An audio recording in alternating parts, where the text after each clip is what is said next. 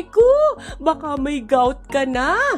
Tulad ni Doc Brian na 10 taon nang nilalabanan ng mapanakit na gout. Aminado si Doc na overweight siya noon. And every time I step, namimilipit ako talaga sa sakit. So, yan, nakakapag-absent ako. Sa work, ganyan din ang nangyayari sa akin. Uma-absent ako dahil sa gout.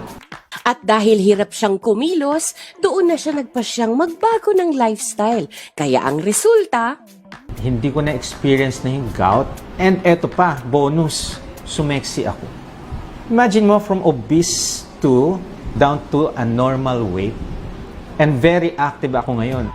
kaya ngayon, isa na siya sa nagsusulong ng tamang nutrisyon para labanan ng mga sakit tulad ng gout.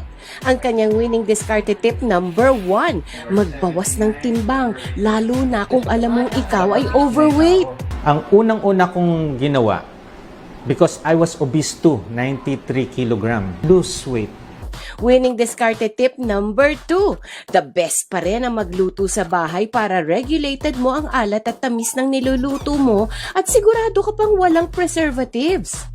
Winning discarded tip number 3, mag-exercise. You don't have to run, just walk. Bihira sa mga Pilipino ngayon na naglalakad.